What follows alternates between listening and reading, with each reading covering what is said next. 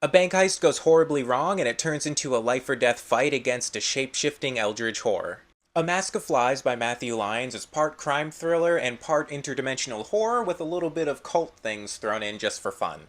Our main character Anne is part of a bank robbing group and one of them betrays the entire group and it goes horribly wrong and goes back to her childhood home in the mountains of Colorado only to have some horrible memories come back and haunt her. She ends up being stalked by a shape-shifting monster of some kind that's covered in flies and razor blades and it's just this really horrific thing. This book has a lot of action in it. There's a lot of shootouts between people, which is fun, and then when the monster shows up, it's very gory, which is also fun. I will say I thought this book had a lot of pacing issues. It's very long. It's like almost 450 pages, and the space between the exciting parts, not just the action, but the parts that push the story forward, kind of feel a little long. I thought it could have been tightened up. And I think the length doesn't really do the book any favors because by the time I finally got to the end, I wasn't really like that satisfied with the payoff because it just took forever to get there. I was just like, oh, it's over already. But if you don't mind the length and you just want to read something with a lot of really good action and a lot of very gory monster scenes, this book is definitely something you should look into.